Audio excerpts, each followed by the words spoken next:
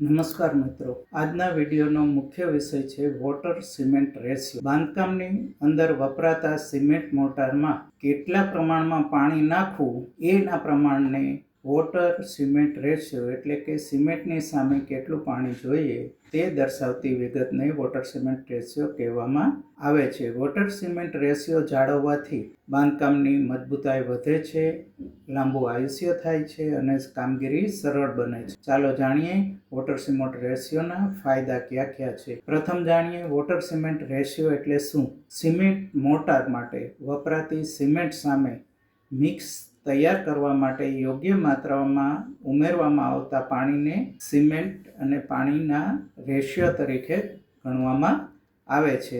તેને ઉદાહરણથી સમજીએ તો 1 કિલો સિમેન્ટ સામે વાપરવાના થતા પાણીના માપને વોટર સિમેન્ટ રેશિયો કહેવામાં આવે છે. હાલ અહીં આપણે સિમેન્ટ મોર્ટારની વાત કરીએ છીએ, જેમાં 0.40 થી 0.70 વોટર સિમેન્ટ રેશિયો રાખવાનો હોય છે. એ વોટર સિમેન્ટ રેશિયો એટલે 1 કિલો સિમેન્ટ સામે 0.400 થી 0.700 લીટર પાણી વાપરવાનું હોય છે, જેથી માલની કાર્યશીલતા અને મજબૂતાઈ જળવાઈ રહે.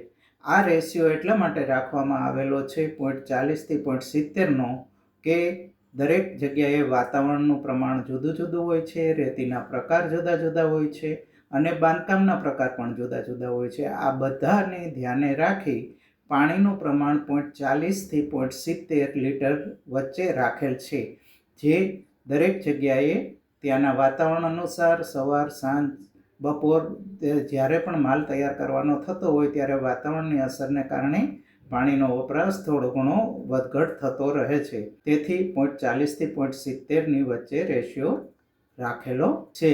મિત્રો, ચેનલમાં નવા હોવ ચેનલને સબસ્ક્રાઈબ કરો. વિડીયો સારો લાગ્યો હોય તો લાઈક કરો અને મિત્રોમાં શેર કરો. આભાર.